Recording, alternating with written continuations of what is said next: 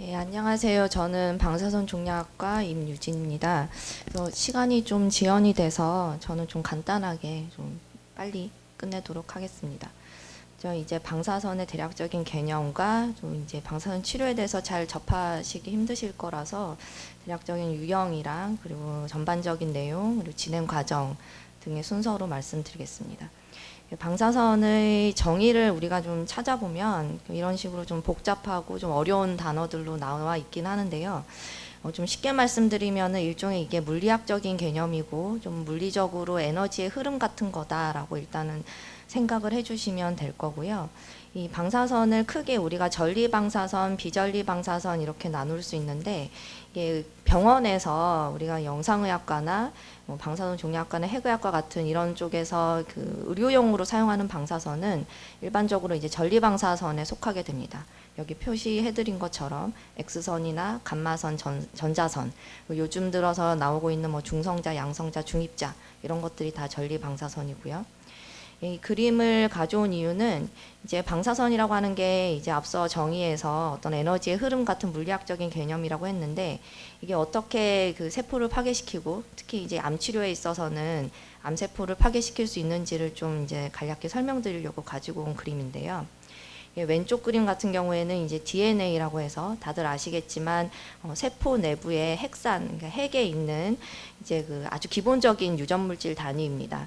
이것이 이제 방사선 조사를 받으면 기본적으로 이런 식으로 이제 구조적으로 여러 가지 이제 화학적이고 물리학적인 이런 과정을 거치면서 이제 이 핵산 물질, 그러니까 유전 물질 자체가 파괴가 됩니다. 당연히 이제 세포가 살아가는 데 있어서 이런 이제 유전 물질이 기본적으로 이제 잘 유지를 하고 있어야 되는데, 이렇게 구조적으로 파괴가 되기 시작하면 당연히 이제 세포가 죽는 과정으로 거치게 되겠고요.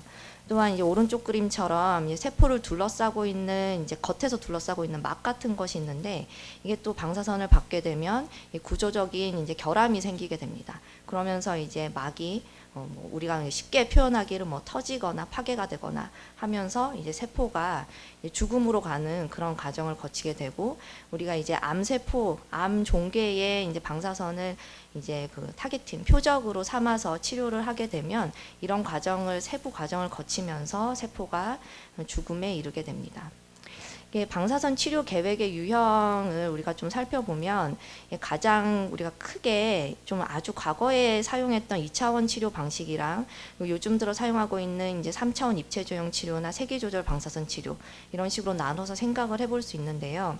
이 2차원 치료라고 하는 것은 지금 최근에 하고 있는 치료랑은 이제 가장 큰 차이가 CT 영상을 얻지 않고, 그러니까 환자분들 몸에서의 그런 이제 내부 구조 정보를 얻지 않은 상태에서 아주 단순하게 치료하는 게 2차원 치료 방식입니다. 사실 이제 최근에는 이것은 이제 시행되고 있지는 않아서 이제 아주 예전 교과서에서 따온 그림인데요. 여기 나와 있는 것처럼 이제 이건 사실 이제 직장암 환자분의 이제 2차원 치료 계획의 예인데, 이게 내부 장기의 위치나 이런 걸 정확하게 판단하지 않고서 이 골반 뼈거든요. 골반 뼈, 고관절 뼈인데, 이런 이제 뼈의 구조물들을 바탕으로 해서 실질적으로 우리가 치료하고자 하는 직장 부위나 임파선 자리가 대략 요 정도 될 거다라고 추정을 하면서 아주 단순화된 방식으로 이제 방사선을 조사하는 게 2차원 치료 방식입니다. 근데 이제 최근 들어서 하는 모든 방사선 치료는 대부분 CT 영상을 얻어서 치료 계획을 하는 이 3차원 내지는 세기 조절 치료이고요. CT 영상을 얻는다는 이유는 이 내부에 우리가 치료를 하고자 하는 종괴의 위치를 그 속에서 정확하게 위치를 파악을 하고, 주변에 있는 뭐 장기들, 뭐 장이나 방광 쪽이라든지, 그리고 이제 다른 뼈 쪽, 고관절 쪽이라 이런 쪽의 위치를 정확하게 이제 구조를 파악을 해서 우리가 치료를 하고자 하는 부분에 대해서 좀 더 명확하게 판단을 해서 치료를 한다고 보시면 되겠습니다. 그러면은 3차원 입체조형 치료와 또 다른 세기조절 방사선 치료는 이 3차원 입체조형 치료와의 차이가, CT를 얻는 거는 똑같은데 좀 더 방사선이 들어가는 이 모양이 좀 더 예쁘게 들어간다. 이렇게 좀 쉽게 표현해 드리면, 그래서 그 등고선처럼 이렇게 곡선으로 그림이 그려져 있는 부분이 이 방사선이 들어가는 그 선량의 정도의 차이를 이렇게 나타낸 것인데, 앞서 보여드린 거에 비해서 좀 더 이제 곡선의 모양이라든지 이런 게 환자분 몸 모양이랑 이렇게 내부 체형에 맞춰서 더 이렇게 정교하게 들어가게 되고요. 한마디로 좀 더 정교한 계산 방식입니다. 그래서 이제 3차원 입체 조형 치료와 또 선택적으로 세기조절 방사선 치료를 고려하면서 현재 직장암의 방사선 치료가 이루어지고 있습니다. 직장암을 처음 진단받으시게 되면 내시경이나 조직검사, CT, MRI 등을 통해서 병기를 설정을 하게 되겠고, 이 병기나 이 종양의 침범 범위에 따라서 이 수술, 방사선 치료, 항암화학요법의 병합 방식이나 시기를 결정을 하게 됩니다. 예, 방사선 치료나 항암화학요법은 앞서 박선희 교수님께서 설명해 주신 수술적 치료의 일종의 이제 보조적 요법이라고 이해를 하시면 되는데요. 그럼 이런 보조적 치료를 수술 전에 할 거냐, 수술 후에 할 거냐, 이런 부분을 우리가 판단을 해야 합니다. 최근에 이제 가장 많이 언급이 되고 그 전 세계적으로 가장 통용되는 가이드라인에서 얘기하고 있는 2004년도에 이제 발표된 연구 결과를 이제 먼저 말씀을 드리자면, 이것은 이제 진행성 직장암이죠. 그러니까 이제 초기 직장암이 아닌 진행성 직장암에서 수술 전 항암 방사선 치료, 수술 후 항암 방사선 치료를 비교를 한 결과입니다.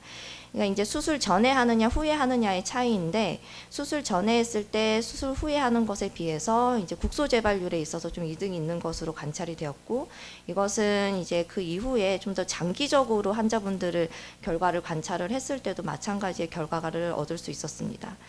그 외에도 이제 그 직장암에서 중요한 수술 후에 그 항문을 살릴 수 있느냐에 대한 거에 있어서도 수술 후에 비해서 수술 전에 치료하는 것이 더 유리하다고 관찰이 되었고, 치료 독성, 우리가 부작용이라고 보통 얘기하는데, 그 부작용 측면에서도 환자분들의 삶의 질 측면에서도 수술 후 방사선 항암 치료를 하는 거에 비해서 수술 전 치료가 이제 그 아주 심한 부작용의 정도라든지 이런 게 더 낮은 것으로 그렇게 관찰이 되었습니다.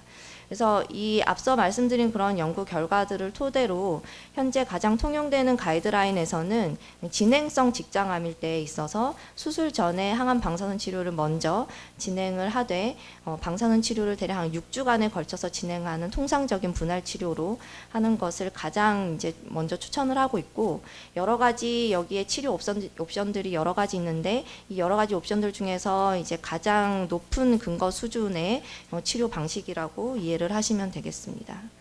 그래서 지금 실제 클리닉에서는 이제 진행성 직장암으로 진단이 되면 수술 전 항암 방사선 치료를 일단 우선적으로 고려를 하게 되겠고, 이 항암 방사선 치료가 끝나고 나서 치료 반응에 따라서 수술 여부나 방식, 시기를 결정을 하게 됩니다.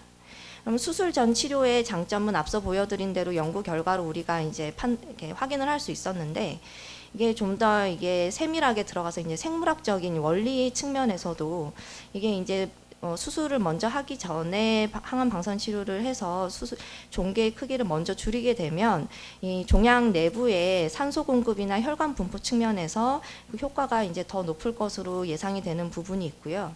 그리고 이제 종양이 떼어낸 상태가 아니라 거시적으로 환자분 몸에 남아있는 상태에서 방사선 치료 계획을 수립을 하기 때문에 우리가 방사선 치료 범위를 설정하는 데 있어서 좀 더 용이하고, 또 그만큼 이제 필요 없는 불필요한 부분에 방사선을 조사를 하게 되는 부분을 좀 더 줄일 수가 있습니다. 또한 이 앞서 또 잠깐 나왔던 얘기지만 수술을 하기 전에 종양 크기랑 범위를 감소시키기 때문에 수술 범위 자체가 좀 줄어들 수 있어서 항문 기능을 보존할 수 있는 가능성이 증가하는 부분도 있습니다. 그렇다면 수술 전에 방사선 치료를 하게 되면 이렇게 수술을 바로 했을 때에 비해서 어떤 이제 방사선에 의해서 세포가 파괴되고 조직이 손상되기 때문에 부작용을 좀 더 걱정해야 되는 게 아닌가, 이런 지적이 있을 수 있는데요. 일단 당연히 방사선을 먼저 한 몸 상태에서는 바로 수술장에 들어가는 것보다 수술로 절제를 하고 문압을 시켰을 때 그 부위에 염증이나 협착, 그런 이제 좀 탈이 난다고 우리가 보통 얘기를 하죠. 그럴 가능성이 당연히 높은 거는 사실입니다. 하지만 실제 아까 말씀드렸듯이 진행성 직장암에서는 수술을 먼저 하고 나서 그 이후에도 재발률을 낮추기 위해서 방사선 치료를 해야 되는 경우가 상당 부분 있습니다. 그렇기 때문에 수술 후 방사선 치료와 수술 전 치료를 비교를 해본다면 아까 말씀드린 연구 결과에서처럼 수술 후 치료가 수술 전 치료에 비해서 부작용이 심각한 경우가 더 높기 때문에 이런 부분을 우리가 고려를 해야 되겠고, 그리고 직장암 수술 후에 일반적으로 발생하는 여러 가지 불편 증상이 같이 이제 동반이 된다는 점도 같이 고려를 해야 되겠습니다. 그래서 결국에는 우리가 어떤 치료를 선택함에 있어서 치료의 혜택과 치료를 통해서 우리가 얻을 수 있는 혜택과 비용, 우리가 좀 감수해야 되는 부분을 비교를 해서 저울질을 해서 판단을 해본다면 이제 가장 우리가 주로 판단해야 되는 그 근거는 앞서 말씀드린 것과 같은 그런 전 세계적으로 인용이 되고 있는 대규모 전향적 임상 연구 결과, 그리고 우리가 전 세계적으로 통용해서 사용하고 있는 그런 가이드라인을 기준으로 판단을 해야 된다는 점을 제가 강조를 드리겠습니다. 그래서 이제 마지막으로 말씀드릴 거는 이제 그 가능한 부작용인데요. 이제 방사선이 당연히 이제 골반부를 전체적으로 포함하기 때문에 장염이나 직장염 증상, 우리가 배탈이 났을 때 이제 겪을 수 있는 증상들과 그리고 직장에 염증이 생기면서 대변의 습관의 변화나 혈변 이런 것들이 좀 같이 동반이 될 수 있고, 그리고 이제 특히 항문 근처에 있는 직장암에 있어서는 피부나 점막에 염증이 좀 생길 수 있고, 그리고 방광염이 일시적으로 생길 수 있습니다. 앞서 말씀드린 대로 수술 후에 그 부위에 좀 탈날 가능성도 있고요.